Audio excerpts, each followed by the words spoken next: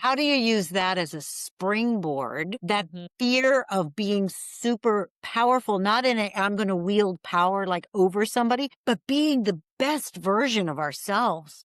Share a little bit in connecting how love just can propel us. Her messaging, to your point, serves as a springboard for thinking about how you embrace what you can own as your own power so that you can have an impact in the world. And not just for the purposes of the visibility. That's actually much less of the equation. More so that you can impact someone else's life. And what I also hear from it is if you impact other people's lives, the domino effect that has, the spread that has.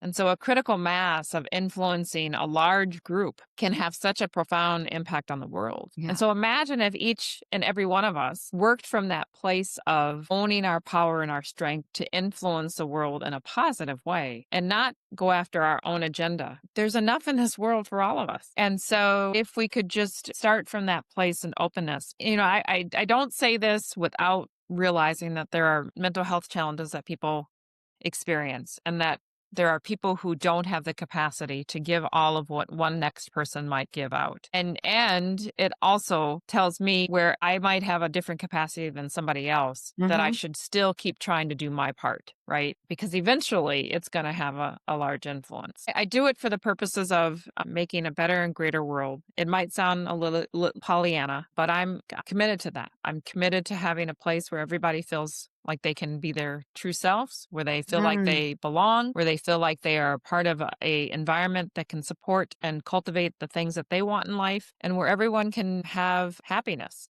and success. There might be some sadness that we still all deal with, but those are things that are natural life, not some of the stuff that we see that is going on in the world where it's difficult to even just have a presence in a particular place. And don't we all want to belong? It's not fitting in, because I learned a long time ago is like fitting in is really shrinking ourselves to be accepted by others. And what that manifested for me was like hustling for the approval of mediocrity. And it spirals your self-confidence and self-worth because you're hustling for that approval. This is what we're talking about. And this is what Livin the Rhythm is all about.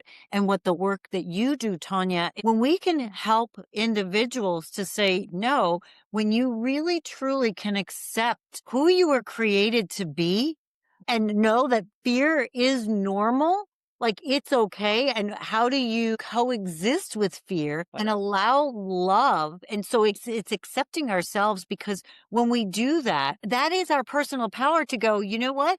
This is what I'm really great at. And I might not be so strong over here, but I can embrace that as well. So we're living completely integrated and in alignment with who we are. Yes. And you can see other people's strengths and then bring them into the equation.